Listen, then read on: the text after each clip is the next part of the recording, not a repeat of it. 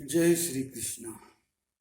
दुर्योधन और धृतराष्ट्र की बातचीत तथा विदुर की सलाह। वैशंपायन जी कहते हैं, जन्मेजय हस्तिनापुर लौटने पर शकुनी ने प्रज्ञाचक्षु धृतराष्ट्र के पास जाकर कहा, महाराज, मैं आपको समय पर यह सूचित किए देता हूँ कि दुर्योधन का चेहरा उतर गया है।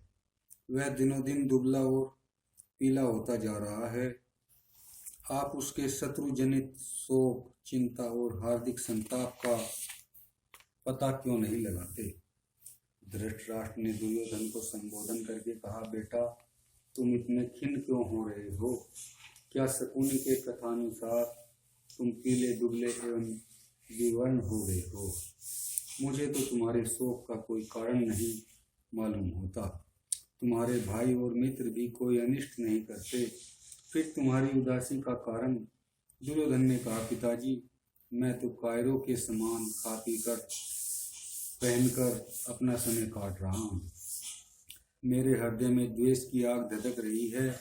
जिस दिन से मैंने युधिष्ठिर की राज्य लक्ष्मी देखी है, मुझे खाना पीना अच्छा नहीं लगता।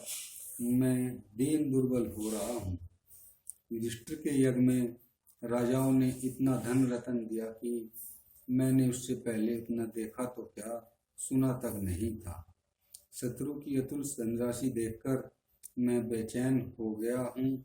श्री कृष्ण ने जो बहुमूल्य सामग्रियों से युधिष्ठिर का अभिषेक किया था, उसकी जलन मेरे चित्त में अब भी बनी हुई है। लोग सब ओर तो दिग्विजय कर लेते हैं, परंतु उत्तर की ओर पक्षियों के सिवा कोई नहीं जाता। पिताजी, अर्जुन वहां से भी अपार धन राशि ले आया। लाख लाख ब्राह्मणों के भोजन करने पर संकेत रूप से जो शंख ध्वनि होती थी, उसे बार बार सुनकर मेरे रोंगटे खड़े हो जाते। युधिष्ठिर के ऐश्वर्य के समान इंद्र, यम, वरुण, कुबेर का भी ऐश्वर्य नहीं होगा। उनकी राज्य लक्ष्मी देखकर मेरा चित्त जल रहा है। मैं अशांत हो रहा हूँ। दुर्योधन की बात समाप्त होने पर धृतराष्ट्र के सामने ही शकुनी ने कहा, दुर्योधन, वह राज्य लक्ष्मी पाने का उपाय मैं तुम्हें बतलाता हूँ। मैं द्यूत क्रीड़ा में संसार में सबसे अधिक कुशल हूँ। युधिष्ठिर उसके शौकीन तो है, परंतु खेलना नहीं जानते। तुम उन्हें बुलाओ, मैं कपट द्यूत से उन्हें जीतकर निश्चय ही उनकी सारी दिव्य संपत्ति ले लूंगा। शकुनी की बात पूरी हो जाने पर दुर्योधन ने कहा, पिताजी, द्यूत क्रीड़ा कुशल मामा जी केवल द्यूत के द्वारा ही पांडवों की सारी राज्य लक्ष्मी लेने का उत्साह दिखाते हैं। आप इनको आज्ञा दे दीजिए। धृतराष्ट्र ने कहा, मेरे मंत्री विदुर बड़े बुद्धिमान हैं। मैं उनके उपदेश के अनुसार ही काम करता हूँ। उनसे परामर्श करके मैं निश्चय करूँगा कि इस विषय में मुझे क्या करना चाहिए। वे दूरदर्शी है। जो बात दोनों पक्ष के लिए हितकर होगी, वही वे कहेंगे। दुर्योधन ने कहा, पिताजी, यदि विदुर जी आ गए तब तो वे आपको अवश्य रोक देंगे। ऐसी अवस्था में मैं निसंदेह प्राण त्याग कर लूँगा। तब आप विदुर के साथ आराम से राज्य भोगिएगा। मुझसे आपको क्या लेना है? दुर्योधन के कातर वचन सुनकर धृतराष्ट्र ने उसकी बात मान ली, परंतु फिर जुए को अनेक अनर्थों की खान जानकर विदुर से सलाह करने का निश्चय किया और उनके पास सब समाचार भेज दिया। समाचार पाते ही बुद्धिमान विदुर जी ने समझ लिया कि अब कलयुग अथवा कलह युग का प्रारंभ होने वाला है। विनाश की जड़ जम रही है। वे बड़ी शीघ्रता से धृतराष्ट्र के पास पहुंचे। बड़े भाई के चरणों में प्रणाम करके उन्होंने कहा, राजन, मैं जुए के उद्योग को बहुत ही अशुभ लक्षण समझ रहा हूँ।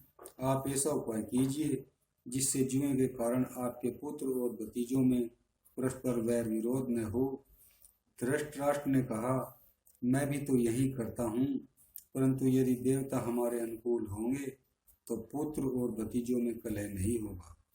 भीष्म, द्रोण एवं मेरी और तुम्हारी उपस्थिति में किसी प्रकार की अनीति नहीं होगी। इतना कहने के बाद धृतराष्ट्र ने अपने पुत्र दुर्योधन को बुलवाया और एकांत में उससे कहा, बेटा विदुर बड़े नीति निपुण और ज्ञानी है, वे हमें बुरी सम्मति कभी नहीं दे सकते। जब वे जुए को अशुभ बतलाते हैं तब तुम शकुनी के द्वारा जुआ कराने का संकल्प छोड़ दो। विदुर की बात परम हितकारी है, उनकी सम्मति से काम करने में ही तुम्हारा हित है। भगवान बृहस्पति ने देवराज इंद्र को जिस नीति शास्त्र का उपदेश किया था, विदुर उसके मर्मज्ञ है। यादवों में जैसे उद्धव, वैसे ही कौरवों में विदुर। मुझे तो जुए में विरोध ही विरोध दिख रहा है। जुआ आपस की फूट का मूल कारण है, इसलिए तुम इसका उद्योग बंद कर दो। देखो, माता पिता का काम है हित अहित समझा देना, सो मैंने कर दिया है। तुम्हें वंश परंपरागत राज्य प्राप्त हो गया है और मैंने तुम्हें पढ़ा लिखा कर पक्का भी कर दिया है। जुए में क्या रखा है, छोड़ो यह बखेड़ा। दुर्योधन ने कहा, पिताजी, मेरी धन संपत्ति तो बहुत ही साधारण है, इससे मुझे संतोष नहीं है। मैं युधिष्ठिर की सौभाग्य लक्ष्मी और उनके अधीन सारी पृथ्वी देखकर बेचैन हो रहा हूँ। मेरा कलेजा विहर रहा है। हाय, मेरा कलेजा पत्थर का है, तभी तो मैं इतनी बातें करता और सब कुछ सहता हूँ। मैंने अपनी आंखों देखा है कि युधिष्ठिर के यहाँ नीप, चित्रक, कोकुर, कारस्कार और लोहजंग आदि राजा दासों के समान विनीत भाव से सेवा टहल कर रहे थे। समुद्र के अनेक द्वीपों, रत्नों की खानों और हिमालय के राजा तनिक देर करके आए थे, इसलिए उनकी भेंट अस्वीकार कर दी गई। युधिष्ठिर ने मुझे ही ज्येष्ठ और श्रेष्ठ समझकर सत्कार के साथ रत्नों की भेंट लेने के लिए नियुक्त किया था, इसलिए मैं सब कुछ जानता हूँ। हीरो, रत्नों और मणिमाणिक्यों की इतनी राशि इकट्ठी हो गई थी कि उसके और छोर का पता तक नहीं चलता था। जब रत्नों की भेंट लेते लेते मेरे हाथ थक गए, मैंने क्षण भर विश्राम किया, तब भेंट लिए राजाओं की भीड़ बड़ी दूर तक लग गई थी। मैं दानव बिंदु सरोवर से अनेकों रत्न ले आया है और स्फटिक की शिलाएं बिछाकर बावली सी बना दी है। मैंने उसे जल समझ लिया और स्फटिक के गज पर वस्त्र उठाकर चलने लगा। भीमसेन ने यह समझकर हंस दिया कि यह हमारी संपत्ति देखकर भौचक्का हो गया है और रत्नों की पहचान में तो बिल्कुल मूर्ख है। जिस समय मैं बावली को स्फटिक का गज समझकर जल में गिर गया, उस समय तो केवल भीमसेन ही नहीं, कृष्ण, अर्जुन, द्रौपदी और भी बहुत सी स्त्रियां हंसने लगीं। इससे मेरे चित्त को बड़ी चोट लगी है। जिन रत्नों को मैंने कभी नाम भी नहीं सुने थे, उन्हें मैंने पांडवों के पास अपनी आंखों देखा है। समुद्र पार या समुद्र तट के वनों में रहने वाले वैराम, पारद, आधीर और कितवा जाति के लोग जो वर्षा के जल से उत्पन्न अन्न के द्वारा ही जीवन निर्वाह करते हैं, अनेकों रत्न, तरह के कंबल लिए भेंट देने को फाटक पर खड़े थे, परंतु उन्हें कोई भीतर नहीं घुसने देता था।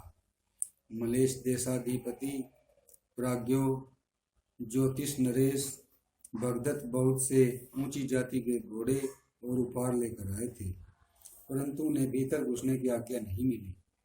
चीन, शक और जंगली बर्बर, काले काले हार, हूण, पहाड़ी, नीप एवं अनूप देश के वासी राजा रोके जाने के कारण द्वार पर ही खड़े रहे।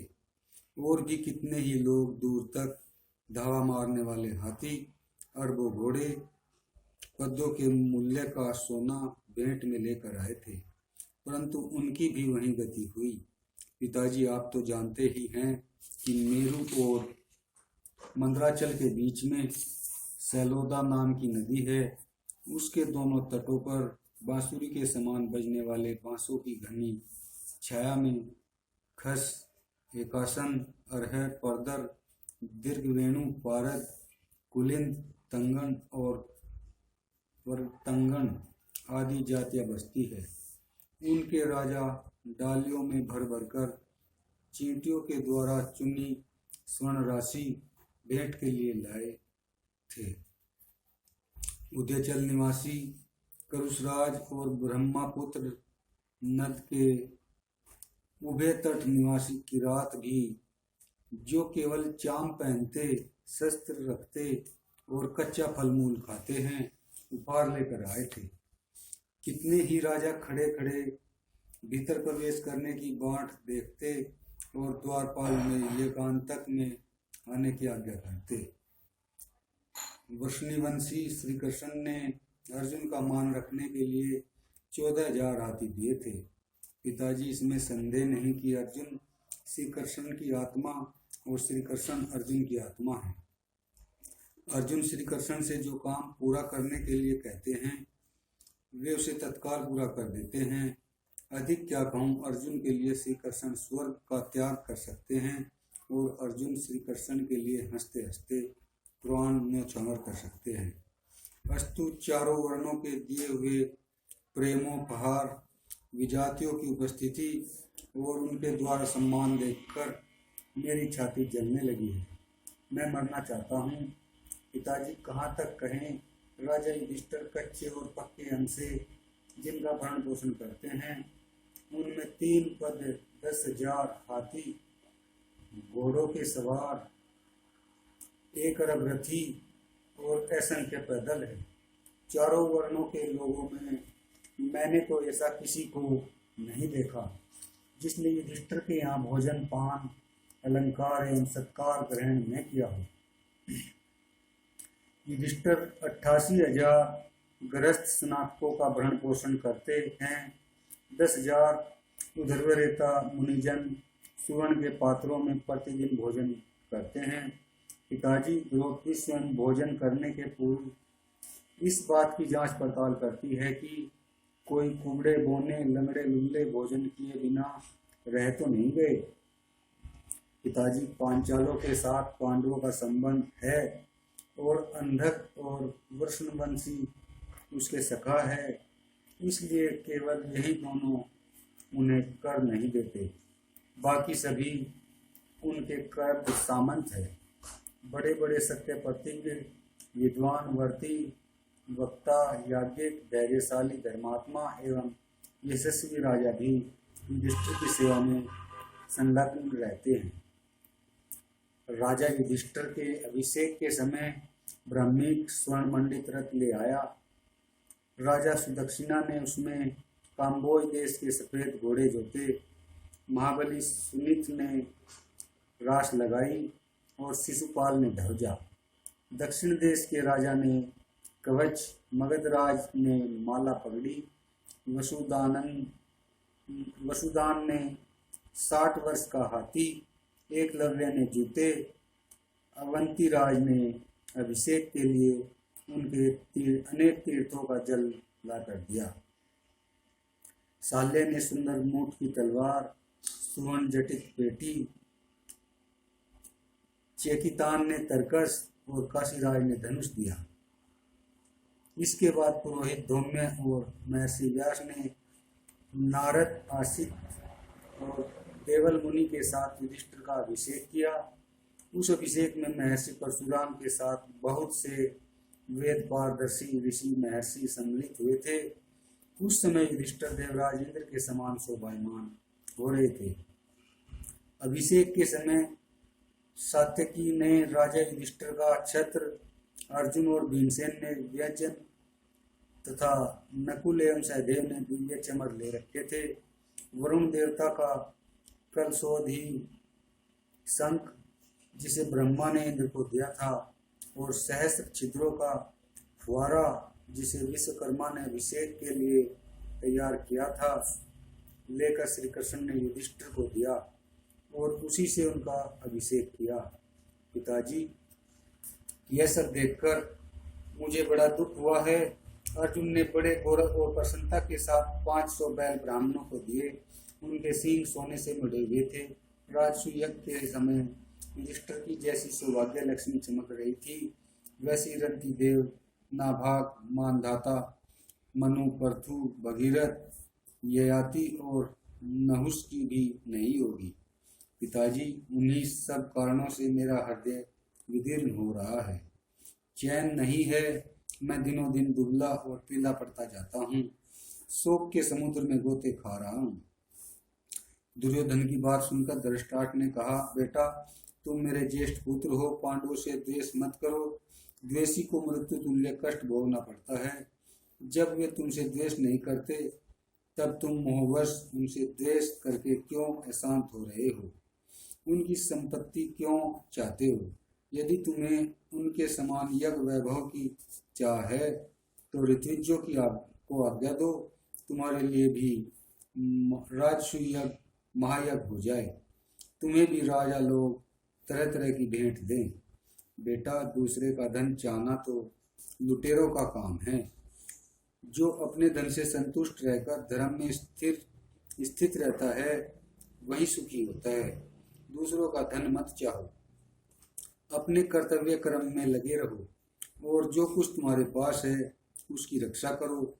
यही वैभव का लक्षण है, जो विपत्ति से दबता नहीं, कुशलता से अपने काम करता है और चाहता है सबकी उन्नति। जो सावधान और विनयी है, उसे सर्वदा मंगल के ही दर्शन होते हैं। अरे बेटा, ये तो तेरी रक्षक भुजा है, उन्हें काटो मत, उनका धन भी तुम्हारा ही धन है न।